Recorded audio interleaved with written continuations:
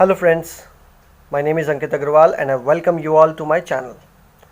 क्या आप लाइफ में कभी एम्बैरेस हुए हैं? आई एम श्योर हुए होंगे। मैं भी हुआ था और उसी के ऊपर आज ये मैं वीडियो बना रहा हूँ। लाइफ में ऐसे तो हम सभी एम्बैरेस हुए हैं, लेकिन अपने फैमिली के साथ या दोस्तों के साथ। लेकिन क्या आप कभी पब्लिकली एम्बैरेस हुए हैं? मैं हुआ हूँ। सैड टू से, बट मैं हुआ हूँ। तो आज का वीडियो मेरे इसी एम्बैरेसमेंट के ऊपर है। लेकिन ये मैं शेयर क्यों कर रहा हूँ आपसे? ये स्टोरी इतना एम्बैरेसिंग है, फिर भी मैं शेयर कर रहा हूँ आपसे, क्योंकि इसके पीछे एक लेसन है जो आपको वीडियो के एंड में मिलेगा। तो आइए जानते हैं कि आखिर उस दिन हुआ क्या था और मैं कैसे एम्बैरेस हुआ। ये जो किस्सा आज मैं आपसे शेयर करने वाला हूँ, ये करीब 4 साल पहले की बात है। तब मैं सिर्फ बच्चों के लिए मोटिवेशनल स्पीकिंग किया करता था। मैं एक टीचर भी रह चुका हूँ, इसलिए बच्चों के सामने बोलने में मुझे कभी कुछ डर नहीं लगा। लेकिन लाइफ में ग्रो भी तो करना होता है साहब, इसलिए मैंने टीचर्स का वर्कशॉप करना शुरू किया।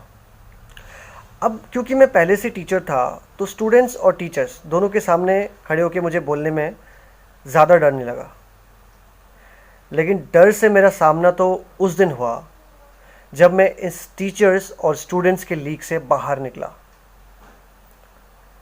जी हाँ दोस्तों, डर किसे कहते हैं, एम्बैरेसमेंट किसे कहते हैं, ये मुझे उस दिन पता चला जब मैंने लाइफ का अपना पहला मोटिवेशनल वर्कशॉप किया एक बैंक में।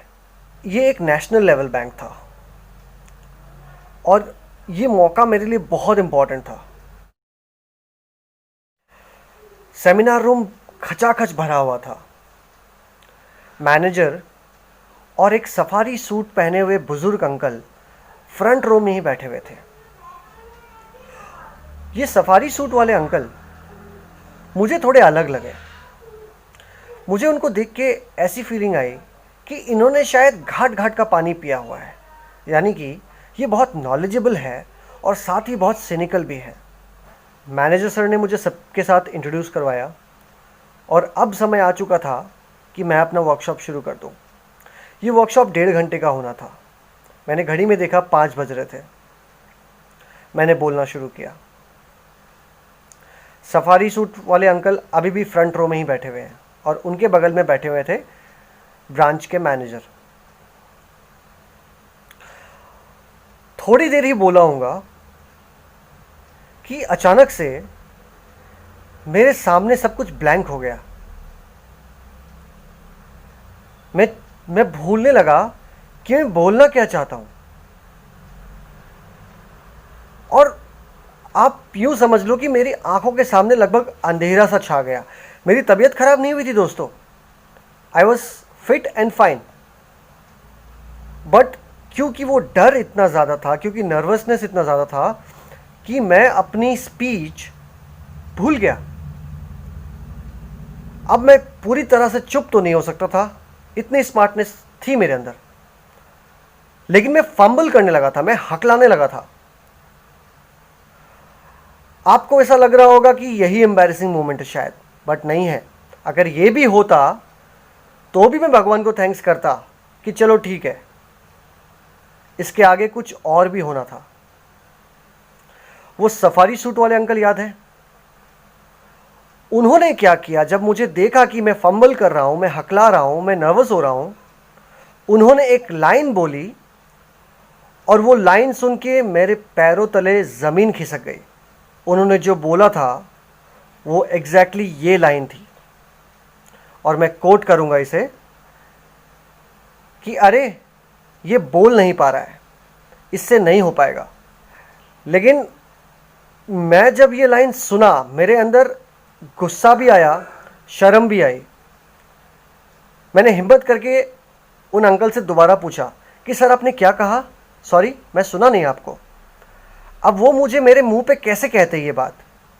तो वो कह रहे नहीं नहीं, मैंने कुछ नहीं बोला। मैंने उनसे फिर पूछा, सर आपने कुछ कहा मुझे? मैंने प्यार से पूछा उनको, सर आपने कुछ कहा मुझे? उन्होंने फिर कहा नहीं नहीं, मैंने कुछ नहीं कहा। वो समय मेरे लिए ऐसा था कि मैं सबके सामने हाथ जोड़ूं और बोलूं कि मुझसे भूल हो गई, मुझे माफ़ कर दो, लेकिन मैं अब यहाँ से जा रहा हूँ, मैं आगे नहीं बोल पाऊँगा। मैंने घड़ी में देखा तो 5:10 हो रहे थे, मतलब 1 घंटे से ऊपर का समय बाकी था। सिर्फ 10 मिनट हुए थे मुझे। 1 सेकंड या 2 सेकंड के अंदर मैंने पूरी कहानी सोच ली कि कैसे मैं 1 घंटा बिताऊंगा जब मैं अभी 10 मिनट के बाद मेरी ये हालत है। फिर मैंने अपने आप को बोला कि अंकित, ये तेरा पहला वर्कशॉप है और आज अगर तू यहाँ से चला गया हार के, तो तू ज़िंदगी में कभी कोई वर्कशॉप नहीं कर पाएगा। बस ये वाली बात मेरे दिमाग में आई और मैं उसी मोमेंट से बोलना शुरू कर दिया। मैं बोलता गया, सब कुछ ठीक होता गया। फिर आधे घंटे बाद चाय वाला आया कमरे के अंदर चाय देने के लिए। आप बिलीव करोगे क्या हुआ? वही सफारी सूट वाले अंकल खड़े हुए और चाय वाले को डांट लगाई कि यार तुम लोग क्यों आ गए डिस्टर्ब करने के लिए, इतना मज़ा आ रहा था। जब मैंने उनके मुंह से ये लाइन सुनी तो मैं अंदर से बहुत खुश हुआ और मुझे अपने आप पे बहुत प्राउड फील हुआ कि मैंने हार नहीं मानी, मैं आगे बढ़ता गया। और आज वही अंकल जिन्होंने मुझे वो बोला कि मैं बोल नहीं पा रहा हूँ, मैं नहीं कर पाऊँगा, वो किसी और को ये बोल रहे हैं कि यार मज़ा आ रहा है, तुम क्यों आए डिस्टर्ब करने के लिए। तो दोस्तों, यही मेरे लाइफ का सबसे बड़ा शायद एम्बैरेसिंग मोमेंट था जो मैं आप सभी के साथ शेयर करने वाला था। और इससे जो लेसन है वो तो आप शायद समझ ही गए होंगे, फिर भी मैं एक बार बोल देता हूँ कि गाइस, फेलियर्स लाइफ में आते ही रहेंगे। फेलियर के बिना सक्सेस अधूरा है। लेकिन लाइफ के रेस में हारते वो लोग नहीं हैं जो गिर जाते हैं, हारते वो लोग हैं जिनको गिर के उठना नहीं आता। तो कभी भी लाइफ में जब फेलियर आए तो घबराओगे ठीक है, परेशान होगे ठीक है, डरोगे ठीक है, लेकिन हार मत मानना, क्योंकि जो हारता नहीं है वो जीता हुआ ही होता है। इसी के साथ इस वीडियो को ख़त्म करना चाहूँगा।